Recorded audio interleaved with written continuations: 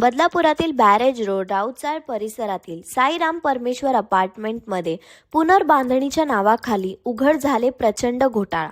3 मजली इमारत पाडून 7 मजली उभारण्यात आली, पण रहिवाशांकडून लाखो रुपये उकळूनही मूलभूत सुविधा न देण्याचे गंभीर आरोप बिल्डरवर करण्यात आले आहेत। सर्वात धक्कादायक बाब म्हणजे कोणतीही सुविधा न मिळाल्याबद्दल रहिवाशी बोलायला गेले की बिल्डर थेट दादागिरीवर उतरतो। आवाज चढवणे, धमक्या देणे, महिलांवर धावून जाण्याचे प्रकार अशी गुंडगिरीची भाषा वापरून रहिवाशांना गप्प बसवण्याचे प्रयत्न सुरू आहेत। त्यामुळे संपूर्ण परिसरात भीतीचे वातावरण निर्माण झालेले आहे।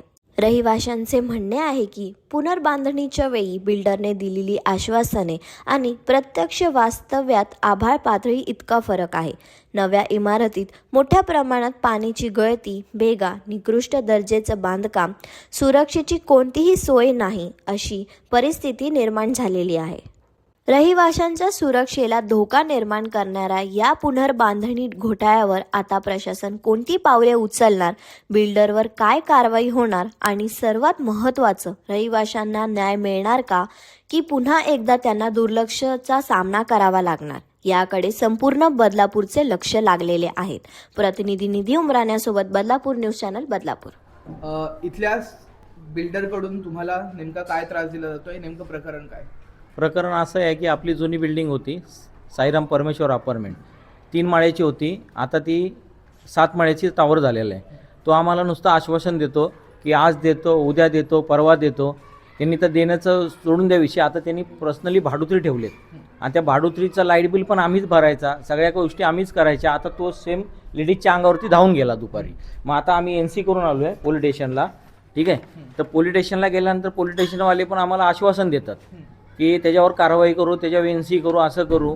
कधी कधी उडवडूची पण उत्तर होतात। बिल्डरचं नाव काय आणि ते इथले स्थानिक आहेत का? तो इथला स्थानिक म्हणजे 20-25 वर्ष झालं तो इथंच राहतो। नाव काय बिल्डरचं? बिल्डरचं नाव नाही, तो बिल्डरच नाही आहे। बिल्डर वेगळ्या ॲग्रीमेंट वेगळ्याने केलेलं आहे आणि त्यांनी ही बिल्डिंग बांधलेली आहे, त्याच्याकडे ना परमिशन आहे ना परवानगी आहे बिल्डिंग बांधायची। नेमकी कोणाकडून करण्यात आली, किंवा आज जी तुमची बाचाबाची झाली किंवा आज जो तुम्ही तक्रार केली ती कोणाविरुद्ध केली? मिश्रा, जयप्रकाश मिश्रा याच्या विरुद्ध केली। आता मागणी काय तुमची आणि काय नेमकं तुम्ही आता फाईट करता? मागणी हीच आहे की आता आमची इथं तुम्ही बघताय ही लिफ्ट बांधली आहे, त्या लिफ्टला अजून परमिशन नाही आहे। लिफ्ट बांधून असंच प्रवास चालू आहे।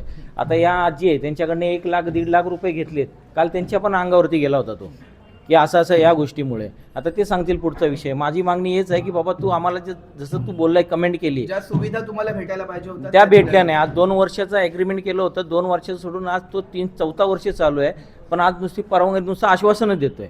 पण हे आश्वासन नको आहे आम्हाला, उद्या मुलगा कुठला खाली पडला, काय झालं तर तो जिम्मेदार कोण, असा विषय त्या बोलतील। काय नेमकं प्रकरण आहे? तुमच्या हातात एक तक्रार देखील आहे, काय नेमकी तक्रार केली? कारण आम्ही दुपारी ह्यांची मिसेस आणि मी आम्ही दोघे मेंटेनन्स मागायला सरांच्या ऑफिसवरती गेलेलो, पण त्यांनी मेंटेनन्स पण दिला। आम्ही त्यांना बोललो की सर जे लाईट मीटर लावले तुम्ही त्यांना जाळी लावून घ्या, कारण आमच्या बिल्डिंगमध्ये छोटे छोटे मुलं आहेत। तर ते बोलले की हो ठीक आहे। आम्ही फक्त त्यांना हाच विचार केला की सर तुम्ही जे तुमचे 3 रूम आहेत बिल्डिंगमध्ये, तर तुम्ही कोणती लाईट दिली, आमच्या सोसायटीच्या मीटरमधून दिली की तुम्ही पर्सनल तुम्ही दिले?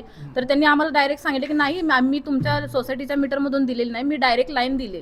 तर आम्ही बोललो ठीक आहे, मग त्यांचं बिल कोण देणार? तर ते बोलले की तुमच्यावरती लोड नाही ना, मी डायरेक्ट मीटर टाकले, जेव्हा MBC वाले येतील ते त्यांच्यासोबत माझं बोलणं झालं। कनेक्शन जे आहे ते चोरून लावलेलं? हो, चोरून लावले त्यांनी। 3 रूमला जे कनेक्शन दिले ते चोरून दिले। हे बोलणं झाल्याच्या नंतर आम्ही दुपारी घरी आलो, तर त्यांनी त्यांचा म्हणजे लाईटवाला घेऊन आले आणि त्यांनी त्यांचं म्हणजे जे काही तिथं लावलं होतं बिल वगैरे ते सगळं त्यांनी काढत होते। आणि जेव्हा माझे मिस्टर आले खाली तेव्हा त्यांनी फक्त ते काढत होते, त्यांचा मीटरवाला आला होता, ते लाईन वेगवेगळे करत होते। मग ह्यांनी फक्त फोटो काढल्याच्या नंतर त्यांनी डायरेक्ट आले की आणि त्यांनी डायरेक्ट आम्हाला शिव्यागाळ्या केल्या, म्हणजे माझ्या मिस्टरांना शिव्या दिल्या। त्याच्यानंतर मी खाली आले, माझ्यासोबत भांडणं झाले, तर मी बोले सर हे काय करताय तुम्ही? जर तुम्हाला लाईट द्यायचीच होती तर तुम्ही आता दिली आहे ना, आमच्या समोर तुम्ही का काढताय? मग ते बोलले की नाही मी आता म्हणजे आमचं अगोदरपासून हे केलेलं आहे, मी लाईट मीटर वाल्यांना सांगितलेलं आहे, हे फक्त वेगळं। मी लाईट जो वेगळं करत होता मी त्यांनाही विचारलं सर तुम्ही हे वेगळं, हो तो बोलले, ते स्वतः कबूल झाले की मी स्वतः आता वेगळं करायला लागले म्हणून। आणि ते बिल्डर आल्यानंतर ओपन ठेवलेलं आहे, लहान मुलं खेळतात इथं। बिल्डर असा असतो का, अशी लाईन असते का? हे सगळं ओपन ठेवलेलं आहे। पूर्णपणे त्याचा स्वतंत्र कारभार चालू लहान आहे. मुलं वगैरे खेळत असतील. मग हे काय लहान लहान मुलं तुम्ही बघतायत ना, आता किती लहान मुलं घुसली होती. हे असं सगळं open त्याचा आज उद्या जर ते कारभार चालू आहे. ABCB वाले पण त्याला साथ देतात, सगळे त्याला साथ देतात. जो येईल त्याला 5-10 हजार रुपये दाबून तो कुठेतरी मोकळा साठं होतो. लोटं आहे. साठे लोटे आहेत, हे काय साठे लोटे दिसतायतच ना, हे बघा ना तुम्ही, दिसतंय ना व्हिडिओमध्ये. हा नेहमी त्याचा हा नागडा कारभार चालू आहे. आता आम्ही वैतागलोय, आता याच्यावरती आपण कंप्लेंट करायला गेलो तर ते लोक ते करतात NC करा, हे करा, पण कोणी ऍक्शन घेत नाहीये. ठीक आहे. आणि मी परस्पर त्यांना आम्ही सगळे बिल्डिंग वाले बोलायला गेलो तर ते सरळ माझ्या अंगावरती धावून आले. आणि आम्ही तुमचं काय बोलतो पण आधी सर तुम्ही सांगा, लेडीज आम्ही किती आहेत, पैसे तुम्ही व्यवस्थित बोला, तर त्यांनी ऐकून घेतलं नाही. ते परस्पर माझ्या अंगावरती आले. त्यांच्या मुलांनी पण त्यांना अडवलं, तर त्यांच्या मुलालाच ते धमकी देतात की तू हात मध्ये येऊ नको नाही तर मी तुला मारेल. आणि मला आरोतुरीची भाषा केली की तू इथून पुढे तू बिल्डिंगचं बघणार आहेस ना, तू फोटो काढते ना, तू इथून पुढे तू सगळं बिल्डिंगचं तूच बघायचं. जर लिफ्ट बंद पडली तर तू बघ, बाकीच्यांचे जे बिल्डिंगचे कामं अधुरे राहिले ते पण तूच करायचं, असं आरोतुरीच्या भाषेत माझ्यासोबत बोलले ते. मावशी काय बोलते. आजी काय नेमकी तुमची फसवणूक आम्ही झाली? आलो नवीन इथे राहायला, आम्हाला माहीत नव्हतं हा बिल्डर असा आहे फसवल म्हणून. आता पैसे संपूर्ण घेते 23-24 लाख जे आहेत सोसायटीचे वगैरे सगळे घेतलेले, पण अजून काय ग्रिल बसलेलं नाही आमचं. आमच्याबरोबर लहान लहान पोरं येतातच ना, नातवंड येतात, कसं आहे आणणार त्यांना आम्ही. आता काय मागणी आहे तुमची नेमकी? मग ते बसून द्यायला पाहिजे ना तुमच्या सुविधा तुम्हाला बेसन. मिळायला पाहिजे. हां, बाकी काही नाही. तुमचं सांगा, तुमचा स्लॅब पडला काय ते. आता मी कॅशमध्ये पैसे घेतलेले, मी फ्लॅट कॅशमध्ये घेतला, तरी पण तो 3 महिने पण पुरा काय झाला नाही की सगळी POP खाली आली. पुरं घरामध्ये चुनाच चुना, पुरं घरामध्ये 4 महिने पाणीच पाणी. मी दररोज पाणी काढतो. आता मी ड्युटीवर जाऊ का पाणी काढायला लागू आणि पैसे घ्यायला अगोदर येतो. आणि भाडोत्रीला सगळ्यापासून 3-3 लाख रुपये डिपॉझिट घेतो. 3-3 लाख रुपये डिपॉझिट घेतो ना, तो म्हणतो की लाईट बिल सोसायटी भरा, मेंटेनन्स सोसायटी भरा. तो मग हे आम्ही कसं देणार? पैसे कॅश आम्ही देणार आणि 3-3 लाख रुपये कोण तो घेणार, मग त्याची मेंटेनन्स सोसायटी आम्ही का देणार? हीच माझी मागणी आहे की आम्हाला बिल्डरनी सगळं काही नील करून द्यावा जे बी आहे, बाकी दुसरी काही मागणी नाही. माझी एक विनंती आहे तुम्हाला पत्रकार लोकांना हात जोडून एक विनंती आहे की याची जी आरेरवी चालली, हा परप्रांतीय भाई आहे, असू दे, तो पण माणूस आहे, मला ते परप्रांतीय वगैरे नाही आपल्याला काढायचं आहे, पण एक हात जोडून विनंती आहे की त्याची जी आरेरवी चालू आहे ती आरेरवी बंद झाली पाहिजे. त्याची ऑलरेडी इकडं बाजूलाच साईड चालू आहे बघा, त्याचे स्लॅबवर स्लॅब चालू आहेत आणि ही बिल्डिंग अशी अपुरी ठेवली त्यांनी. का बरं? मग आम्ही महाराष्ट्रीयन माणसांना राहायचं का मरायचं? बस तुम्हाला एक हात जोडून विनंती आहे की याचा कुठंतरी कारभार करा बाबा, याचा कुठंतरी सोक्ष मोक्ष लावा तुम्ही लोकांनी. एवढं बोलण्याची एक विनंती तुम्हाला हात जोडून.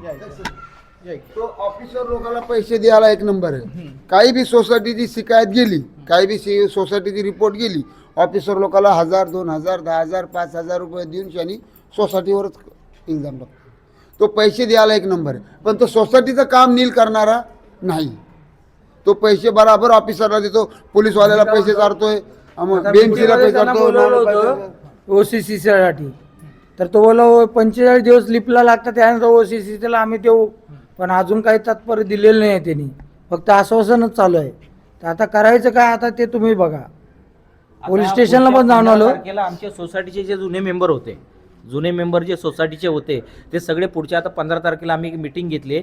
सगळे सोसायटीचे 10-11 मेंबर येतील आणि नवीन मेंबर पण येतील. त्यानंतर तुम्ही एक कृपा करून तुम्ही लोक या, मग आम्ही सगळेजण तुमच्यासमोर काय असेल ते समोरासमोर बोलू. पण ह्याचा सोक्षमोक्ष लागला पाहिजे, याची दंडीलशाही नाही पाहिजे, याची दादागिरी, याची भाईगिरी जी चालू आहे ही बंद झाली पाहिजे.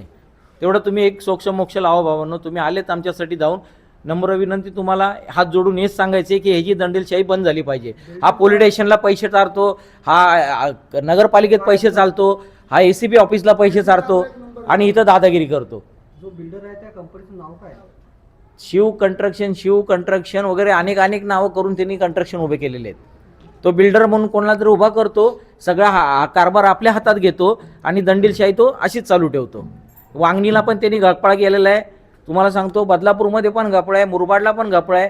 त्याचा जिथं जाईल तिथं त्या नावाची बदनामी. आता मी सगळ्यांना मी एकत्र करणार आहे याच गोष्टीसाठी की बाबा जे आमच्याशी झाले आता पुढं तुमच्याशी नाही झालं पाहिजे.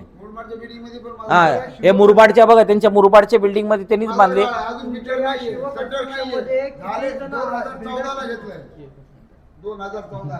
तुमच्या हे शिव कन्स्ट्रक्शन मध्ये किती जण बिल्डर आहेत? एक सिंगल इंडिव्हिज्युअल आहे? नाही, हे 3 चौघ आहेत. मी तुम्हाला सांगतो, सुनीता रणदिवे, तुम्हाला सांगतो उपेंद्र मसे आर्किटेक्ट, त्यालाही त्यांनी फसवलेलं आहे.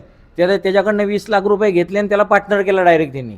ठीक आहे, उपेंद्र मसे, त्याच्यानंतर तुम्हाला सांगतो सुनीता रणदेवे, उपेंद्र मसे आणि कोण आहे रे, असे दोघं तिघं बिल्डर मिळून यांनी कारभार या बिल्डरच्या हातात दिलं नाही. हे बिल्डर कधी आलेच नाही साईटवरती, किती सगळं काही यांनीच केलेलं आहे. सोबत फसवणूक झाली, किती सदनिका आहेत, किती फ्लॅट आहे तिथे? इथं आता टोटल 22 फ्लॅट आहेत. आम्ही 11 मेंबर जुने होतो. आता 11 मेंबरपैकी यांनी आम्हाला फसवलेलं तर आहेच आहे, पण नवीन जे लोक घेतलेले त्यांनी रूम त्यांनाही फसवलेलं आहे त्यांनी. आता यांचा असा विषय. बाळा यांना हे सगळं कॅशमध्ये रूम घेतलाय तरी त्यांनी आता हे लहान लेकरू आहे, कधी त्या गाळ्यावर वरतून बघते ती गॅलरीतनं.